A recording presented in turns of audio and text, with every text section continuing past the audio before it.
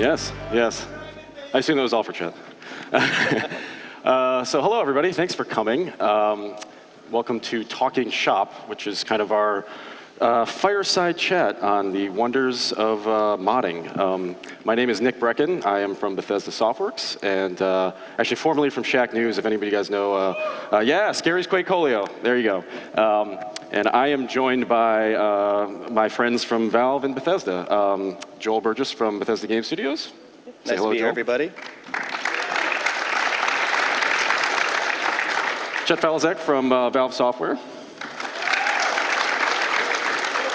And Matt Scott, also from Valve. Hey. Yay!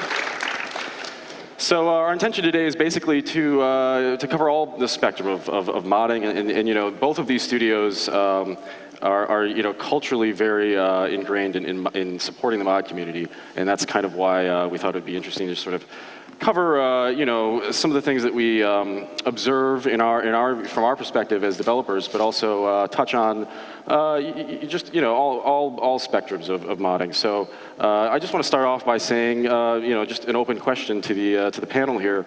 You know, what is it about modding and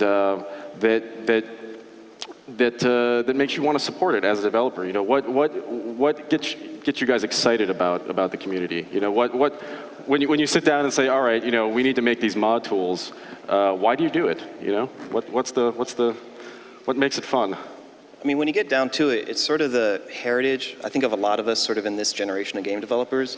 Because, I mean, when I was in high school, I was working in Duke Nukem and Half-Life 1 and building maps for these sorts of things. So for me, it's just legacy thing that it's how I got started, it's how I learned a lot.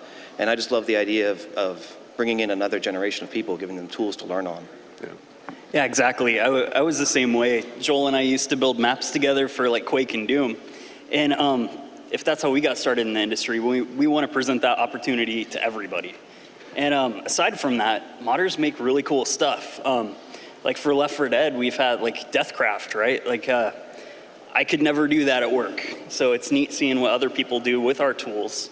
And it makes our games a lot cooler.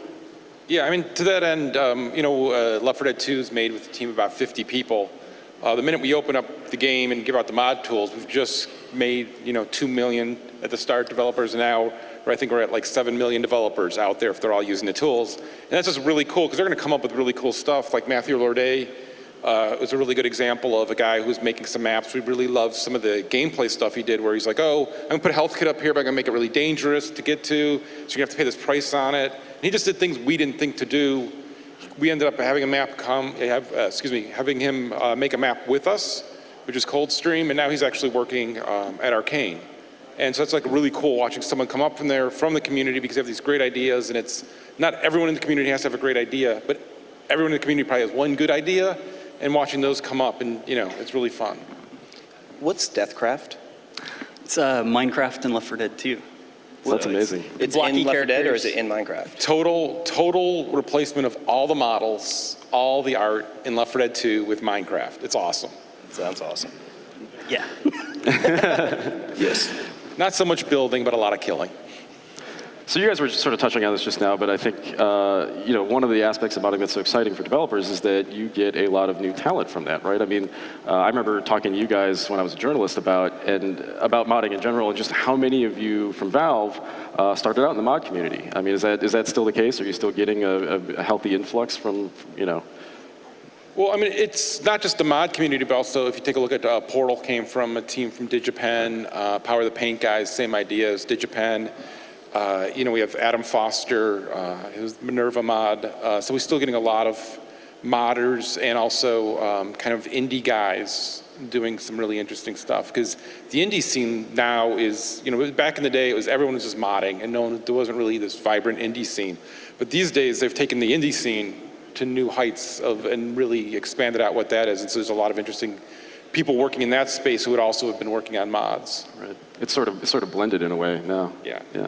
These are more powerful tools like Unity that are essentially, you know, getting closer to making just a mod.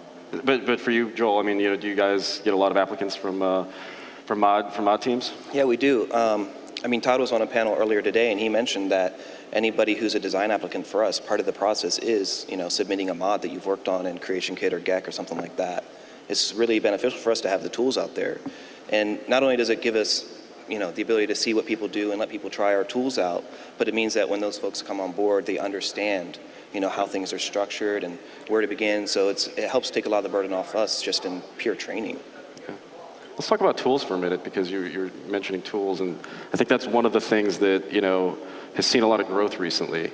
Especially just both of you guys. Or all three of us here. We've had experience releasing tools recently. So you guys with Portal 2 with the Puzzle Maker. What's that experience been like? Well, so actually, we've released two tools that are really interesting. Is the Portal 2 Puzzle Maker, which is probably the simplest tool you can ever have to make maps. Just jump in, you point, you drop stuff, and release the SFM, which is probably the most complex tool you could ever have because it's super powerful to make movies. And so it's been interesting watching those two communities both go. The Portal 2 level editor, and then really it's just not the level editor, you can't look at that alone, you have to look at the workshop, because it was the integration with the workshop, changed Portal 2. Before we released those tools, about 6% of all the maps played were community-created maps. After the tool, about 60% of all the maps played were community-created maps. We went from 300 sessions to 2 million.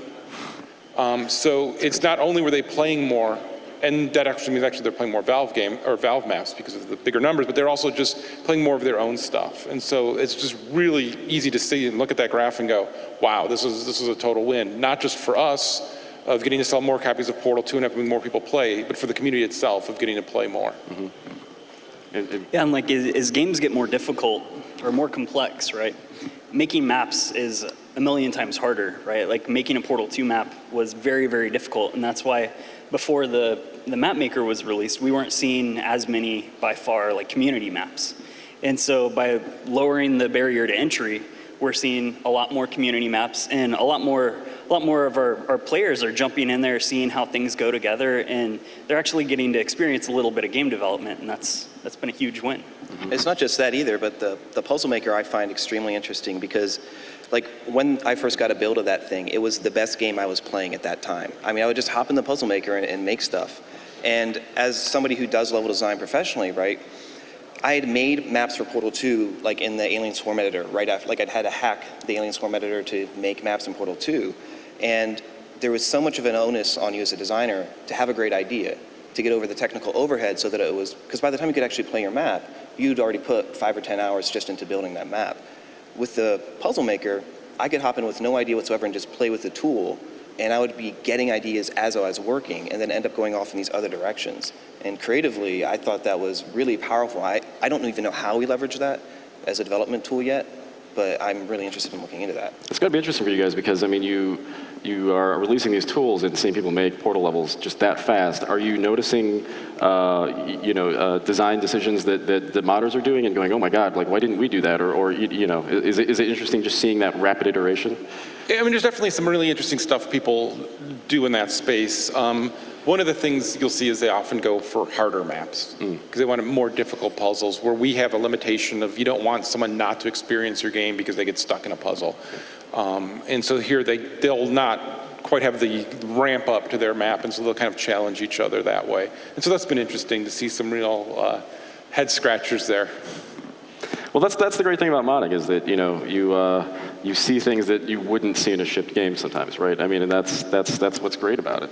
I mean, there's a whole different set of constraints on you when you're making, something that you're going to ship. There's a certain level of polish, there's themes, consistency of themes within the game. And so there are a lot of ideas that occur to us that we can't follow through on. And it's really great to see modders pick up that torch. I mean, particularly in a game like Skyrim, there are actually a good number of things in the game which are sort of incomplete ideas that we didn't have the ability to start on that just might be something tucked away in a corner here and there that we kind of hope that modders will take and flesh out.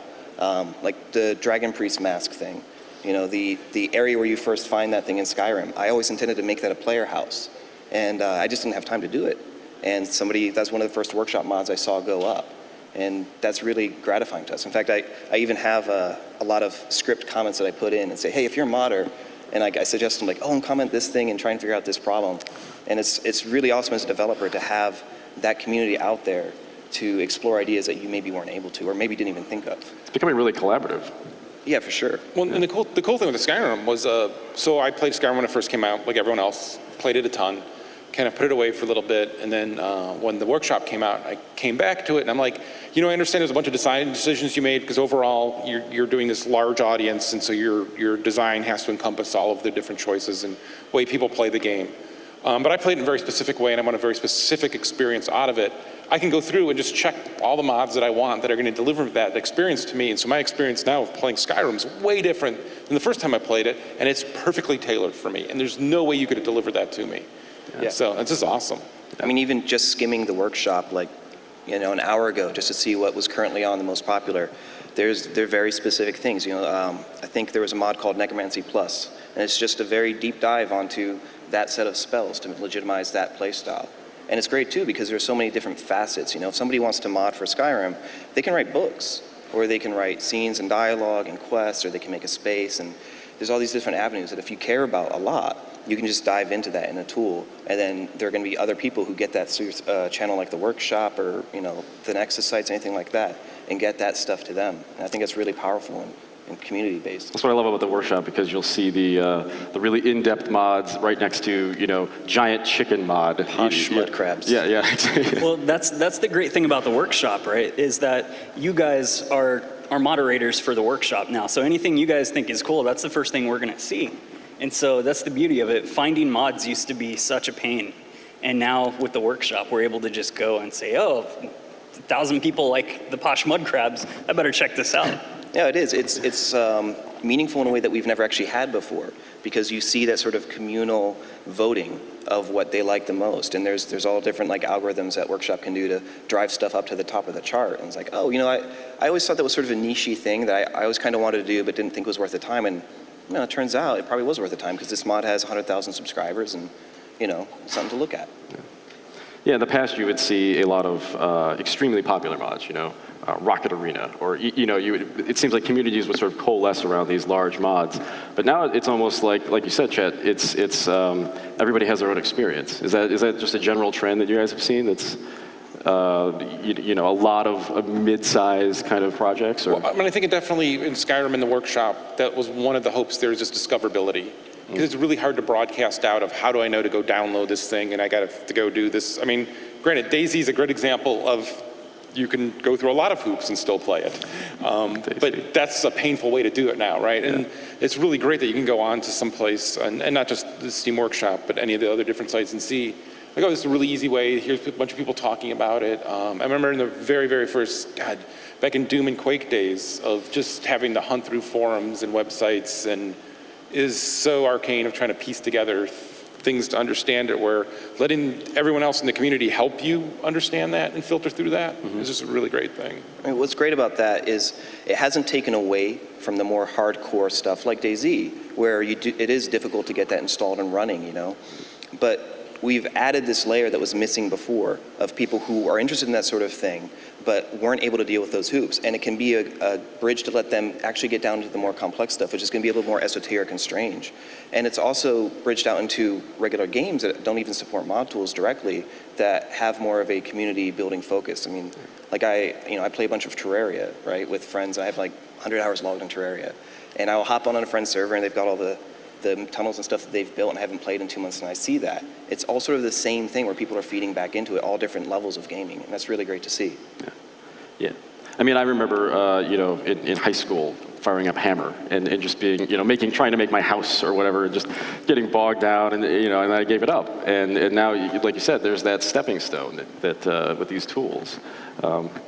Yeah, that's like the Portal 2 map maker, right, is the perfect solution for that. Or not a perfect solution, because it's perfect for building test chambers, but it's definitely showed us that we need the simplifier tools, because people aren't building the complex mods that they used to, like Rocket Arena, or bringing a new game mode like Capture the Flag, right? So yeah, that's a huge focus for us, is kind of simplifying things, and that's where as developers we kind of need to go, right? Because as our games get more complex, it's harder for us to develop. And then if you guys want to do something, it's even more complex, because I get paid to use those tools day in, day out. So I'm going to learn them. But if I want you to build something, you need a lot of free time, like Chet was talking about in his earlier panel. And that's one of the things that I think has been a good guiding light for us as developers. because releasing mod tools is just such a part of our culture. It's just something that we always assume we're going to do. It means that it's harder to make those little shortcuts in development where you're gonna, well, this thing is kind of edge casey and I don't need to document it, or I don't need it to really work in a great way. But there's always somebody at Bethesda who's saying, well, think of the modder.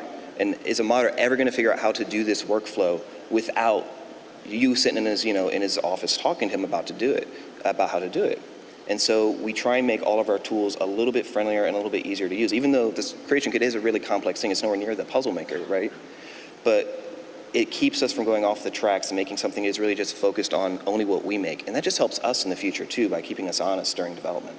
Here's a question. How is that process of making tools for the community influencing the way that you think about making tools for your own teams? Is it when you're sitting down making the creation kit, is that something that a decision you're making for the mod community? Does that feature ever get sort of worked into your own tool set? I mean, it does. And again, for us, it's because we know that we want to release mod tools, whenever possible, however possible, we want to release them. And just by sort of having that like looming over us, we don't go down routes where we know that it's going to make life more difficult. I mean, I know for us, just doing like, expansion and downloadable content stuff, the fact that our tools are mod friendly also makes them expansion friendly for us too. And it could have been very well the case that we would get to the end of a project that, say something that wasn't built upon legacy, like Fallout 3 and Skyrim where you're making a tool specifically to launch a game, and you get to the end, you might not know that you wanted to do expansion content. Maybe the game did better than you thought, but your programmers are going to tell you, well, no, it won't work. We can't put anything more in. It's a struggle we face all the time. So having that mod sensibility makes it easier to cross those bridges when we do get to them, and they can be tough to cross. How about you guys? Yeah, that specific thing is something that's come back to bite us pretty hard in Left 4 Dead, for instance, right? Like we ended up for Left 4 Dead, it had to live in a separate code branch, right? And because of that, we can't easily inherit the features of, say, the TF shop or the Steam Workshop. And so that's something going forward, we're always looking at that as we're building new projects and stuff. It's like, okay, how easy is it going to be for us to make content? Because the easier we make it for you, the easier it's going to be for us. It shouldn't scare us to go make a house and hammer, right? And right now it does. It kind of sucks. But yeah, like. Well, so the Portal 2 tool is interesting. Is Dave Sawyer ended up remaking Portal 2 pretty much in the tool with minor a couple of maps, but that was his test bed of like, can I remake puzzles we've already made? And now that I can, boy, this would have been a lot easier to make them this way than the old way, even for us internally. So that was kind of interesting. Yeah. I mean, the trick with that would be, as a development tool, figuring out a way that you can make a tool as approachable as a puzzle maker while you're still figuring out what the game is. Because with Portal 2, it's a very known quantity. And that's one of the beautiful things about modding in general is you're working with a known thing. Like versus cracking open Unity or the UDK or something and trying to make something from scratch, you have themes and fiction and functionality that you know works. But do we ever get to a point where we can make a development tool which works like that? Yeah, I think the problem is when you have that beginning development tool, you don't want to restrict yourself based on the tool. You want to restrict yourself based on your ideas. And we never would have thought to put all the crazy stuff that we ended up putting in the game if we were using the tool to start with. So yeah, it's important. Yeah, it's like, I don't know how many of you were in the last panel about Looking Glass, but Tom Leonard, the AI programmer for that, had a good story of how he had to go back and once they kind of understood the game and they were about to ship, he rewrote the AI 3 weeks before shipping, or no, he did it in 3 weeks. So that's the thing with the Portal 2 map editor. Like Chet was saying, we didn't know, like we didn't fully understand what Portal was till it was pretty much done and shipped. Right. So like once you understand the game you're trying to make, then you could go build a tool that's useful for that, right? It's just one of those really interesting questions that I don't know that any of us have the answer to. Maybe somebody will figure it out. That the existence of something too like the puzzle maker opens it up, right? Like how can we actually do something that's that easy to use earlier in the cycle so that we can actually iterate and because again, it was the thing I was talking about earlier, the creative juices, the difference in how I approached map building when I was in the puzzle maker versus something, especially an editor that I'm not comfortable with, completely different creative experience and a really rewarding one. Yeah, it just comes down to your iteration time. The faster you can iterate, the better a game, like the more thoughts, the more ideas you can experience or experiment with, right? And so getting that iteration time, I think, is the key. Yeah, I mean, one of the things that we do at Bethesda when it comes to actually like building dungeons and that sort of thing is we have this multi-stage iterative process. And part of this is just because we have such big games, and a level designer in a, say, a Call of Duty sort of game might have 2 or 3 maps that they work on for 6 months. And a level designer on, I think one of the level designers on Skyrim had 40 dungeons he was responsible for, and he had a bunch of other responsibilities in addition to that. And that iteration, right, what we do is we chunk our iterations into passes. So we'll have like a layout iteration that's focused on that, and then you might not see that dungeon again for 2, 3, 4 months, and then you'll do an encounter iteration, and you're going to do an optimization iteration, you're going to do a polish iteration. And what we found is our iteration time, the lapse between it, is really broad, but that lets you get away from it, check out, and learn more about what you want to do. And also gives the game time to catch up, right? So that way, we're able to figure out what's cool about the game and fun and get it on screen and still have iterations ahead of us and spaces that we haven't finished yet, and then learn from those lessons and get them in the game earlier. And it's a constant struggle because you only ever figure out what's great about the game after you've played it for a little bit. Speaking of iteration, I think one thing we should touch on before we run out of time here is just advice for modders.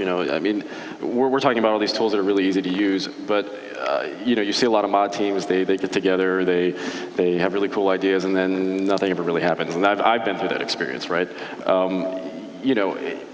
Talking to people who want to get started with modding, what are some basic sort of fundamental tips that you would maybe give to modders? Should they be working in a team? Should they just try anything? What's the... Well, so I think the cool thing now is you have a lot of options. Before, you kind of had to have a complete thought you were going to do. But now, if you want to go out and you want to make some items for TF2 or Dota, you can. If you want to make a small experience change in Skyrim, you can. You can kind of scale what you want to do. But in all of that, it's about releasing, getting feedback, and iterating. So there's a bunch of mods that have really nice websites. They don't have the mod out. Don't worry about that stuff. Worry about the content. Worry about releasing it, getting feedback, learning how to understand feedback, because yes, it's the internet. There's gonna be a bunch of people tell you suck. That's okay. You have to decipher what out of that is important, what do you want to take back, and what do you want to use to build it in. Because even all those people saying that, there's gonna be a bunch of people saying it's great. There's gonna be a bunch of people saying, I like this or that. You have to decide. You have to decide how to use that feedback and work it back into the project, because their feedback will make it better.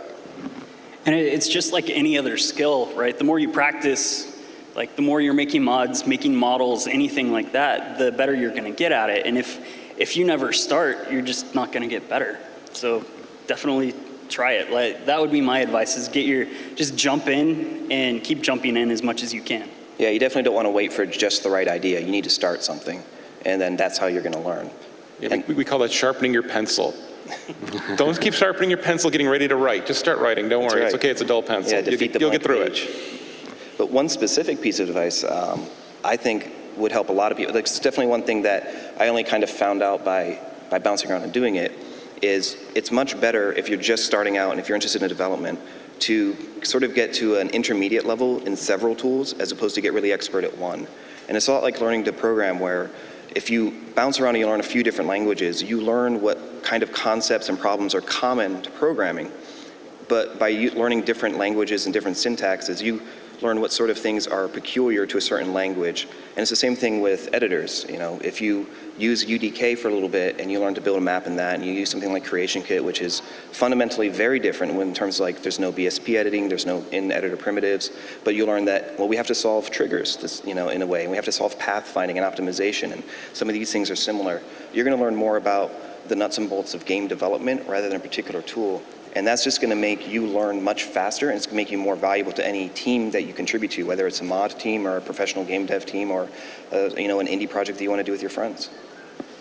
One thing I might add is just that the idea of how small a mod could be. It seems like people think about mods in the classic sense still, and you've got to do this crazy total conversion, but that's not really the case. Especially with Workshop, you see all these extremely minor tweaks to a game that add a lot and are worthwhile. I mean, I think the first mod to go up on Workshop, and it was a first because it was from our production director Ashley, was Skyrim loading screens from your mom. And of course, Ashley had the inside loop. He knew when we were going live. Right. But it was just loading screens are just an item. They're an object that you can edit. And so he dropped in like maybe 3 or 4 loading screens that would randomly show up, which like, hey, did you clean your room? Do you need to go outside? Very small, specific, whatever you're interested in. You can sort of turn that knob and send it out. And, you might be surprised the kind of ripple effect it can have on your experience and other people's. I mean, definitely something with Skyrim where there's so many people playing it, you don't need to have every single person play your mod. It could be something very specific for you, very tailored for you, that you enjoy, and you're going to find out that you're not alone there, that there's a bunch of other people that enjoy that as well. I mean, I think one of the sort of the quiet tragedies of mods is that a lot of people make mods that they never distribute. This is, I just wanted a house outside of Balmora in Morrowind, and I made my little hut up on the hill outside, and I never uploaded that anywhere. I just wanted to learn that tool a little bit and made it, And stuff like the workshop, it's a button in the editor, and I don't know how other games are doing it on workshop, but I hope it's integrated as well, because it's one of those things you might think, well, nobody's going to want this, but you never know. And you can throw it up there, and you're going to make somebody else's life, just a little bit better. Let's talk about the workshop a little bit. I mean, this is obviously, it keeps coming up, but you guys, basically launched this. I mean, the reason that all of you guys are up here today is that you collaborated on the Skyrim workshop. And so what was that process like? And just in general, what was the genesis of the workshop itself? Well, I would say the genesis was that one of our designers, David Sawyer, he loves Oblivion. He loves your games, right? Like, and he doesn't like playing he doesn't like going back to Oblivion. Like, he has all these memories, and they were of Oblivion plus a million mods. And he's like, oh crap, I don't want to have to go back and reinstall all that stuff, because like installing mods can take forever. So he's like, okay, how can we simplify this? And then other designers got on board, and we were like, okay, we need to remove the installation barrier, and we need to make mods more accessible for new people. We need to make it easier for them to find it. And then, so Sawyer got with Joel, I think, and then they started going off on Skyrim. I mean, that was a great thing about a guy like Sawyer, right? Because it was a sort of idea that aligned with what Valve was doing anyway. Stuff that I would have never known or really been privy to. And it wasn't as if some suit at Valve had this idea and needed to push this directive forward. It was a guy who knew more about the mod community than I did, right? And he came, and Matt and I know each other from back in high school, and he just was able to put the two of us together, and Dave talked about the ideas that he had, and it was great for us because of course we were planning to do mod tools, and it just all snowballed from there. But the difference was that it was something that was really integrated and really paid attention to what problems people were having, and just enriched the experience, made it better for everybody. It didn't take away from the modding scene that's out there now at all. It just expanded upon it. Yeah, and I mean, the original impetus for the workshop itself was just, games are really expensive to make. They take a lot of people and a lot of time. And as we're going to keep growing a game like TF2, where are you going to get the new content from? Sure, Valve can be producing some content as well, but you know what, you could look to the community and you see these really cool things being made. Wow, if that guy's making this and his friends are running on his server, it'd be really cool if more people got to play that, if more people got involved in that. And you know what, he should get rewarded for the time he spent working on that. So you know what, he's going to get a piece of each sale. And we have people who are actually making a living just working on TF2 and Dota mods. And that's really cool that they get to do that. I mean, we launched the Dota 2 store launch with 80% of the content made by the community. Wow. And to us, that's this really cool thing of, you know what, that's letting the community feed the community. And it isn't like this relationship where they're not getting something out of it. The players are getting all this new content and all this cool stuff. And the people creating that content are actually being rewarded monetarily, so that their time that they spent making that is worth something. And that's just a really cool relationship to be able to foster. Yeah, so if we have a theme today, it almost seems like a real blending of traditional developers and the mod community. Well, I mean, the gaming community has gone past this niche little group of guys, or whatever, like you want to say it was. I don't even know if it ever was just, you know, the lone guy playing alone in his room, where you play something like Left 4 Dead and, you know, you're jumping on and there's 40-year-old women you're playing with as well. And so it's this really great thing of leveraging, or there's all these bad words for these kind of things, right? Like leveraging or taking advantage of.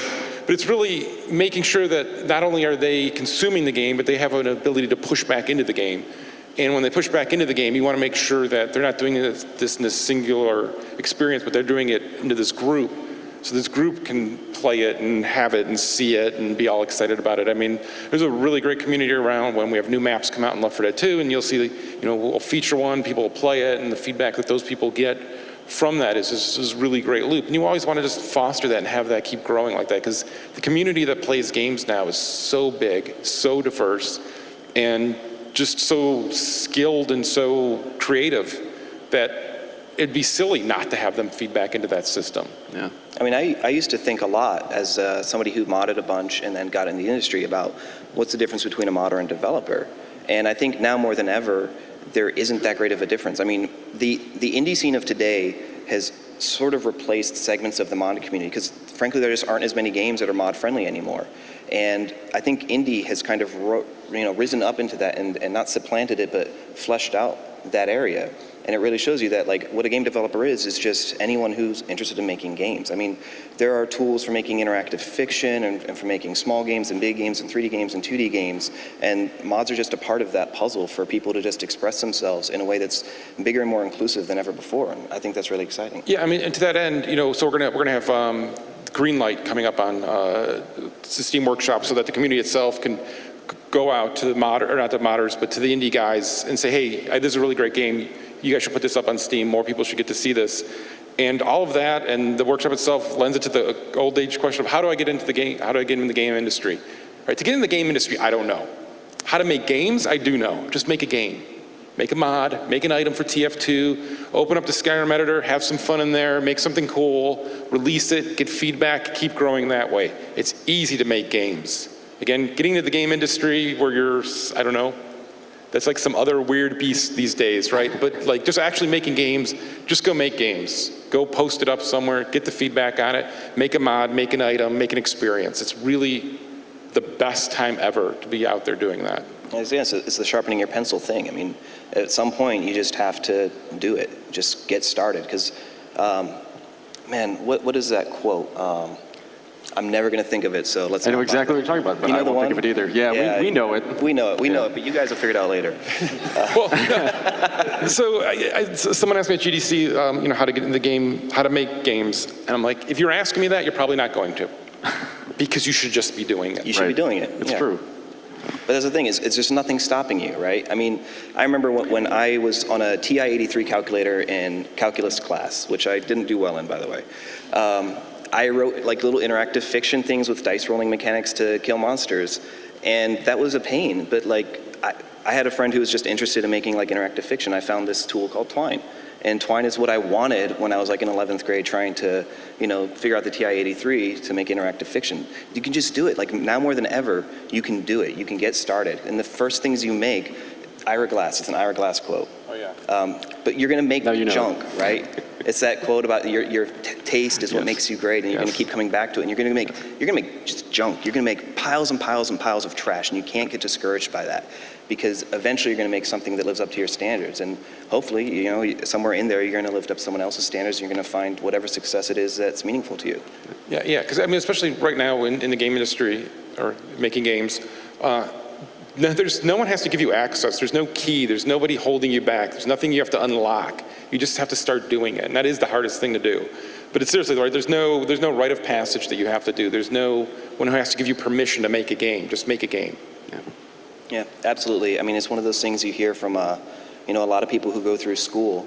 Is there are programs, and there are excellent programs for game development now out there, but almost to a person, any graduate development program that I talk to, it's the things that they did on the side, right? It's a group of projects that they did as part of a class, or maybe a little tangential of a class.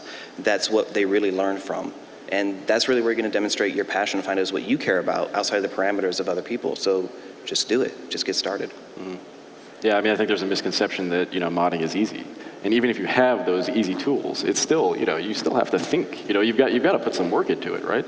Yeah, it takes that initial idea, and it's where something like the Skyrim creation kit is great, because you can start with a very simple idea of let's put top hats on crabs, right? And then you would do it, and it's like, all right, that's done. Let's move along, right? And you just have to do that more and more. Even like when we're making Left 4 Dead, or I'm sure Skyrim was like that, but I'm not gonna say you guys did this in Skyrim, but Left 4 Dead, I mean, it just sucks for a while. We're making nothing but junk. And it's iterating on that. It's going through and reworking it that makes it better, like these guys are saying. Yeah, I mean, iteration is just so important to it, because one of the core differences between developing a game and modding a game is that you don't know what the game is or what's really effective about the game. And you just got to get something on screen as fast as possible and figure it out. But it still does apply to any individual piece of content you're making in a mod, just on a smaller scale, where you need to get something playable and just do it. And it's okay that it's going to be junk for a little while, because you're still going to work at it, and you still got that germ of an idea that is going to drive it. Getting back to the workshop, I mean, have you guys been surprised by anything that you've seen since launching it? I mean, obviously you're getting tons of data, and you're seeing how the community is reacting to everything. What's that experience been like? What are you thinking about lately?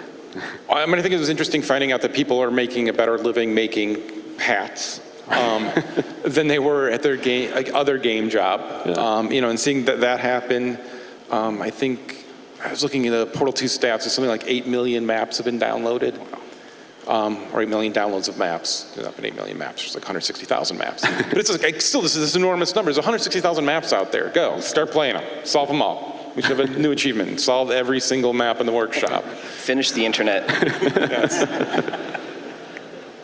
Yeah, it's crazy, because the biggest thing I've learned about the Steam Workshop is I just need to get used to surprises every day, because there's going to be something on there, or something shoots up in popularity out of nowhere that's just like, oh, that's cool. Wish I would have thought of that, Yeah, I mean, the proliferation of mods just for Skyrim, it really quickly went from the sorts of things you'd expect, right? Skill tweaks, player housing, weapon sets, and a lot of that over-encumbrance. Yeah, that was one of the first. But then you got into stuff that was a little harder to find. And for me, the example of a mod that I think is really successful in terms of if you're trying to impress a developer is when I don't know how you did it, right? And there's a lot of that on Workshop that I just have to scratch my head for a minute and think about how did they accomplish that? Maybe I tried that and it didn't work out very well. Yeah, the Towered Events mod comes to mind. That one, yeah. That's really impressive. It's all menu driven too, and the menu system is not really great to work with. Yeah, excellent. There's a lot of crazy stuff out there. Well, we've got about 20 minutes left, maybe a little less than that. So, maybe we should open up to the crowd for questions. This seems like this would be a good panel for questions. So I don't know if we have my fellow coworker Matt Grandstaff's going to take your questions. So if anybody has any questions for the panel, anything about modding, advice, tools. So just step back. Fashion advice. Chet's looking very fashionable. Beard growing advice. I have nothing to offer there. It's easy, don't shave. That doesn't work for me, man. It doesn't work for me. For men, it will. Damn it. Okay, I think we're ready. Can I ask two? They're quick ones. I think yeah, sure. Okay. Earlier, Chet had mentioned that it's good to just get stuff out as far as ModCon goes. Would you consider Black Mesa Source to be a good example of that, or is there a chance that Valve is collaborating with them on a deeper level?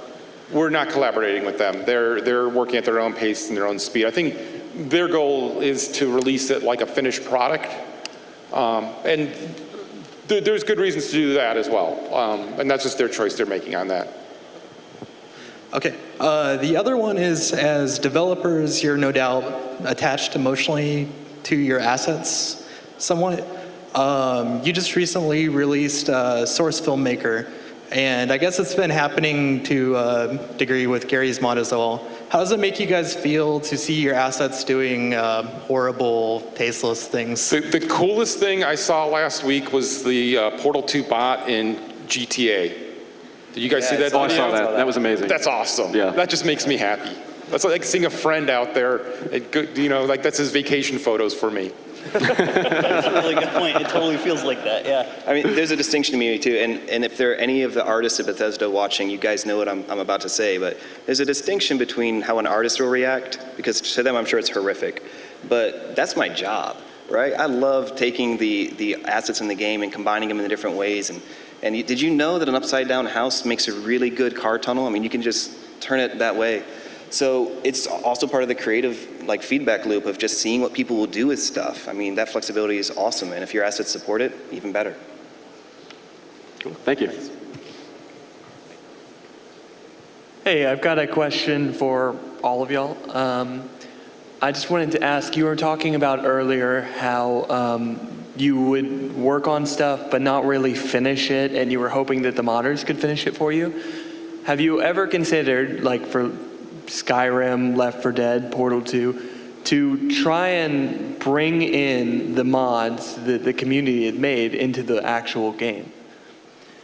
Well, we've kind of done that with custom campaigns for Left 4 Dead, right? Like Yeah, Coldstream, if you're a 360 user, it should be out today. Don't look at me. But so, I mean, that was one. One of the things we find there, like with the campaigns, is unless you have a 360 dev kit, you're not going to be able to do the work that's needed to release it there. But definitely, I think there's a lot of stuff. In fact, in Left 4 Dead 2, a lot of people, what are we doing next? We're going to release something that's our example of using some new tools we're going to release, and it's really to let the community flesh out and decide how they want to use those tools. Yeah, I mean, for us, it's something that we would definitely love to do. It's sort of a logistics problem for us in terms of we're actually a really small team, so all the effort that we put into mods does take away from our mainline development efforts. But we also, like in the lead up to Steam Workshop, we worked very closely with a number of modders. There were about 3 dozen modders who worked very closely with us, testing the tool, getting their content ready and primed for Workshop, and telling us about what they needed and what was going to work best for them. And we definitely, we changed our mind on some things we were pretty set on based on the modder feedback. It's not the same as releasing content, of course, onto a console, but they're very much part of the process there. And the more we can do that, the better, because it just helps everybody. Thank you. I've been modding for a long time, and I'm a graphic designer. I'm also a full-time student going to school for game art and animation, and I've been working since Neverwinter Nights, and I love working on Bethesda and Valve titles like Portal and Morrowind, Fallout. Titles I ever seem to go back to, even whenever I don't have time to mod, are Left 4 Dead and Skyrim.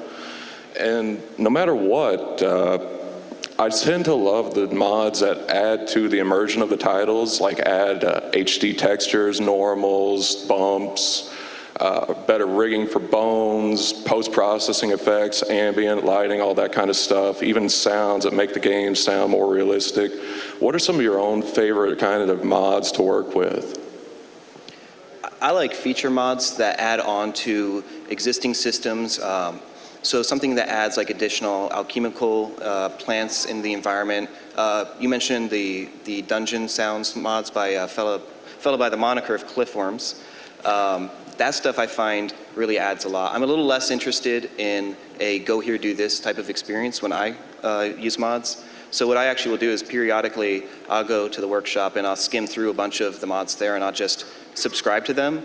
And then if I get a couple of hours where I feel like playing Skyrim, which, maybe a month away from that time, I just get sort of these little surprises, and the game has just expanded for me in ways that I didn't necessarily remember I'd even subscribed to. So I like those little touch things that add to it.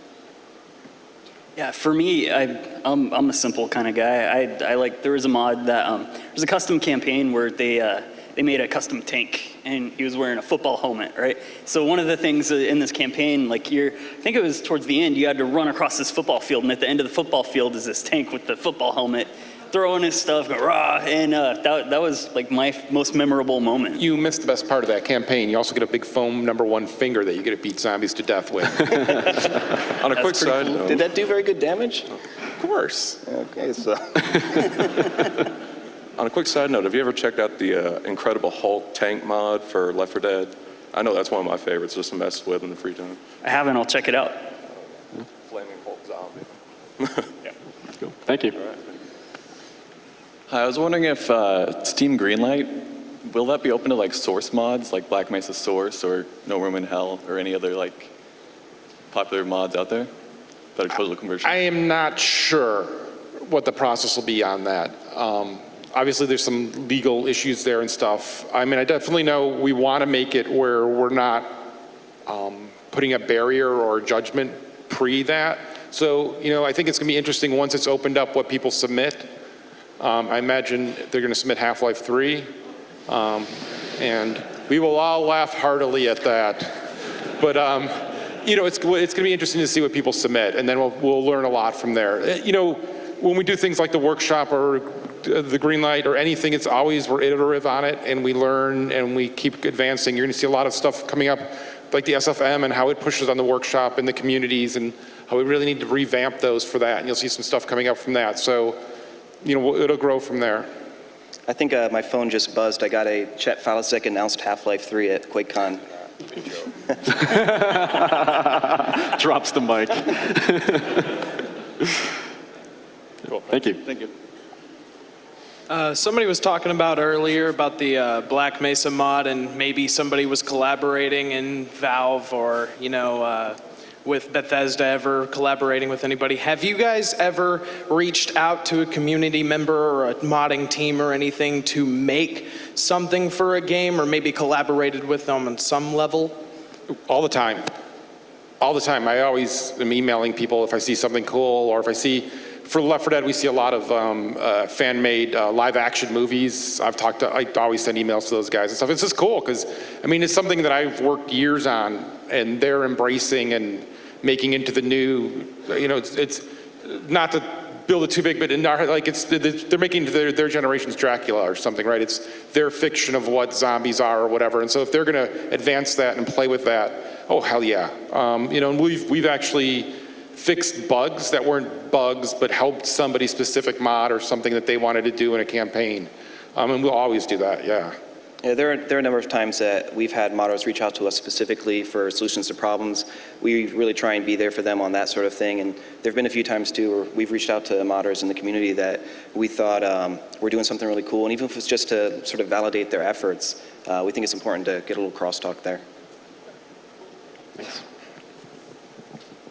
Hello, I'm a student studying game design and programming, and I have a question for the Bethesda guys. How has seeing the various mods for Morrowind, Oblivion, and of course Skyrim, how has that helped you when you guys make maybe a new DLC or do Elder Scrolls game or whatever you work on? How do the mods really give you ideas what you want to actually integrate in the game?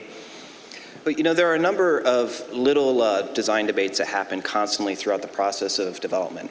And we have to make a decision one way or the other, right? One of the beautiful things about mods as a developer is you get to see somebody who disagreed with that decision and went the other way, and you get to see how that played out in reality.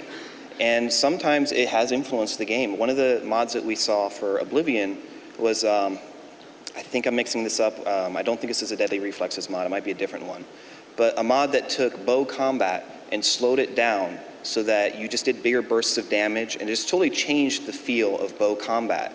And it was definitely a mod that we talked about when we decided to change the sort of the direction design-wise of bows for Skyrim from the previous, from Oblivion, where the bows draw slower and have a meatier feel, and it takes fewer arrows to take down an enemy in general. And so absolutely, that's just one anecdote of that.